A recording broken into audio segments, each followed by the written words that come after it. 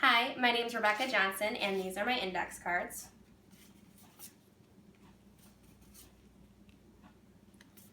What has 8 amounts of ingredients, is easy to make, and tastes amazing? Taco dip. When I was 11 years old, my grandmother taught me how to make her version of taco dip.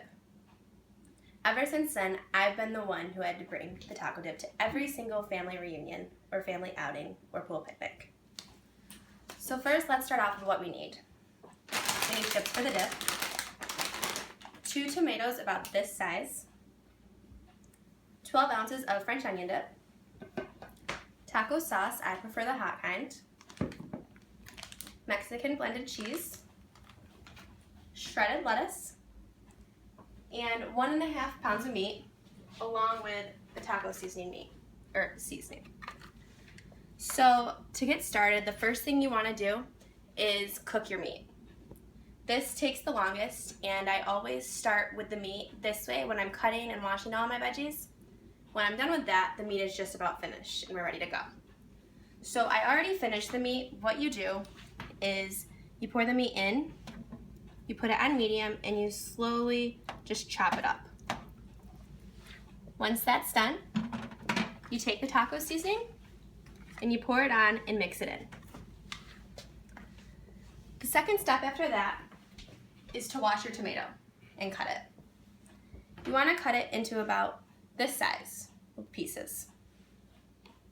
Once your tomato's done, you're going to take your shredded lettuce. Now, I prefer the shredded lettuce because I hate cutting things. My grandma would kill me if she knew I was using shredded lettuce. So I always, I cut it both ways a little bit. This way it's a little tinier than the shredded, and it's easier to go on the chip.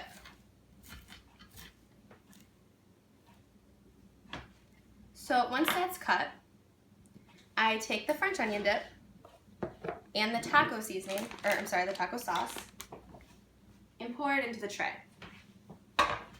I use a cake batter to even it out. Looks disgusting right now, but I promise it's good.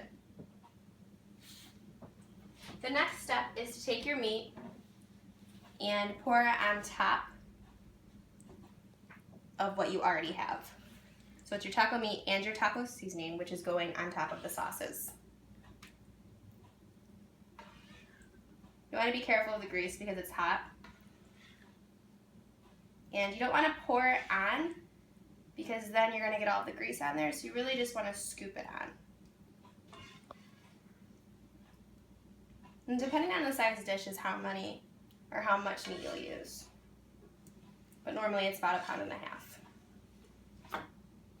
So once all the meat is on that you want, you're going to do the same thing and spread it out so it's even.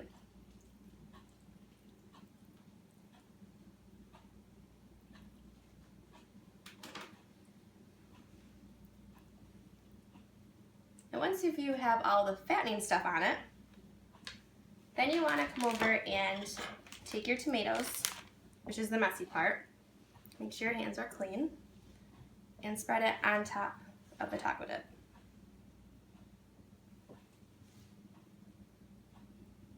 Normally when I make a taco dip, I have my sister cut the tomatoes because I hate cutting things.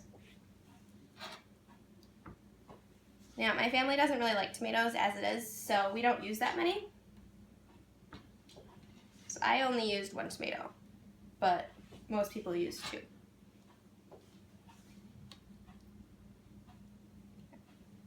Once your tomatoes are on, you're going to put your lettuce on.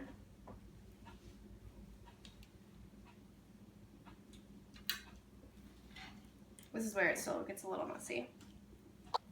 You want to try to get it so that it's flat. Now, whenever I make it, it always looks like a mountain, and I'm not really sure how, but when my grandma makes it, it's very flat.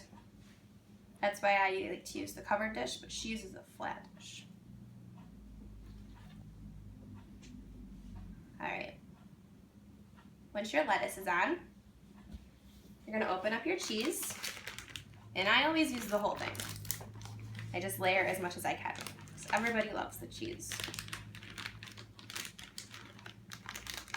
Okay. So you just spread it through. And because I typically have no patience by the time I'm done making the taco dip, I don't refrigerate it.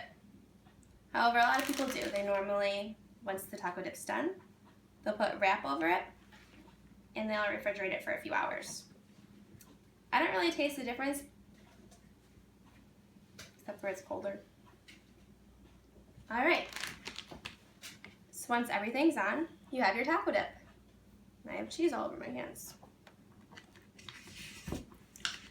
So this has 8 ingredients. It's cheap to make. It took us less than 20 minutes.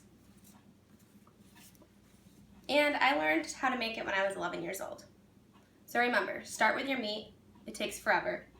Wash your veggies, cut your veggies, put your dip in your sauce on, and then start layering.